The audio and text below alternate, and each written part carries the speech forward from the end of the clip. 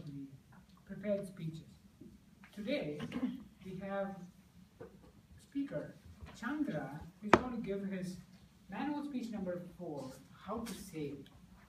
He's going to today talk about his speech title, When You Do a Job, You Get Paid. This is from his inspiration. We all have childhood memories that we are fond of. We can think of what a mysterious thing that we did with our friend. We think about it, we share. He's going to today share about his childhood, good favorite childhood memories that he had learning from his dad. Chandra.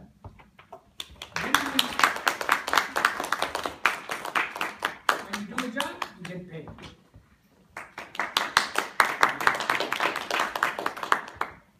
Hello everyone.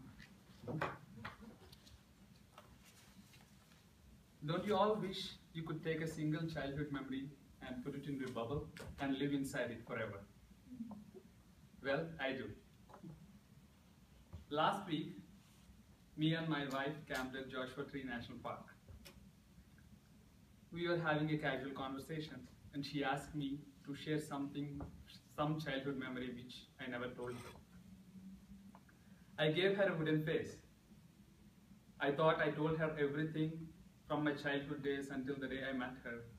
I stretched my brain muscles and I found one simple incident, yet effective one, from my childhood to share with her.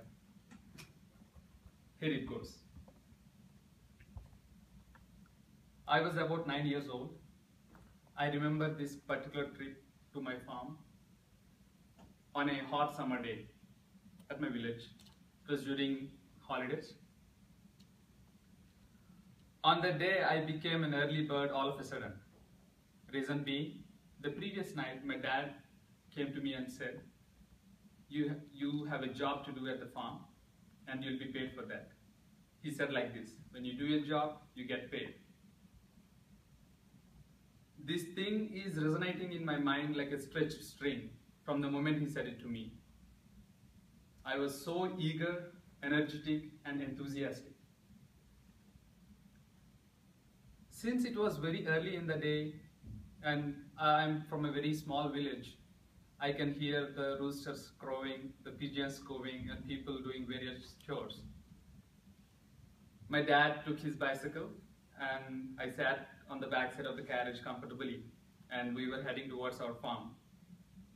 It was a very narrow road and unpaved road. I was observing each and everybody who is doing their own jobs. Some people were milking cows, some people were bringing water, some people were selling breakfast, some people were cleaning utensils, etc. I thought to myself, when you do your job, you get paid. It was about a 30 minutes ride to my farm. It was a bumpy ride and we had to park our bicycle at some point and cross a small canal. A tree trunk is placed on top of the canal where people used to cross that. I was afraid as a kid. I should be afraid. My dad holds my hand and helps me to cross that canal. It was another half-kilometer walk to my farm house. I cannot call it as a house, it's a farm hut where we keep our belongings and we operate our bore wells. Well, we have a 20-acre coconut farm.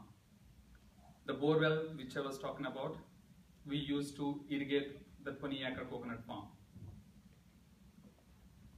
There was a small pool by the bore well. Again, bathing at the bore well, the pool was my favorite activity to do at the farm. Again, when I saw the bore well and the pool, I thought somebody must have built this bore well and somebody else's job to build that pool. Again, I thought to myself, when you do your job, you get paid.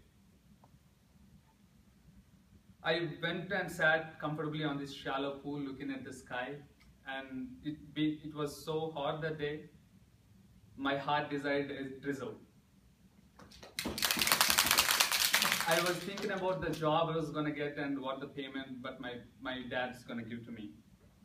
At that time, a group of 10 workers came to me, came to my dad. It took no time for me to realize that they were harvesting coconuts.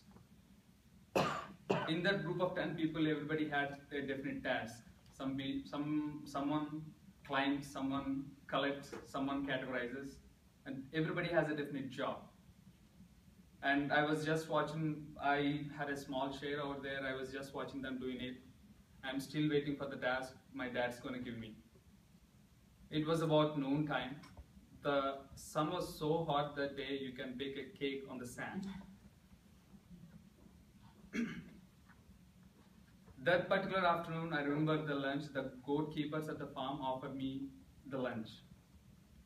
So I drank the goat milk, and it was so fun because the goat keepers were all vegetarian. They cooked rice and the gravy, and they give it to you in a banana leaf, and you cannot eat it with your hand or anything. You have to eat it like this.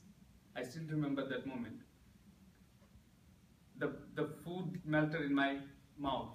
It was all in the best possible taste.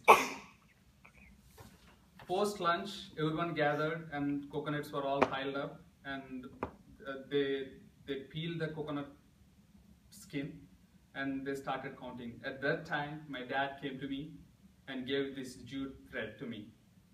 He asked me to tie a knot when people counted every 100. So people will be counting the coconuts, and I have to tie a knot for every 100 coconuts. That was my joyful job. I was counting, with due diligence, I did the counting. I was a busy bee the whole time, and I successfully completed the job. The next day, my dad took me to this town and bought me a 30 rupees electronic watch. That's how I got paid for my first job. It was my father's way of saying that nothing comes for free, and when you do your job, you get paid.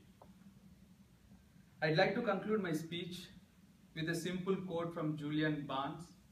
If you don't know Julian Barnes, she's from England. She's a very famous writer. Memories of childhood were the dreams that stayed with you after you woke. So my dear fellow Toastmasters, when you have a moment, recollect any good childhood memory, and I'm sure you'll be glad to cherish that moment. Thank you.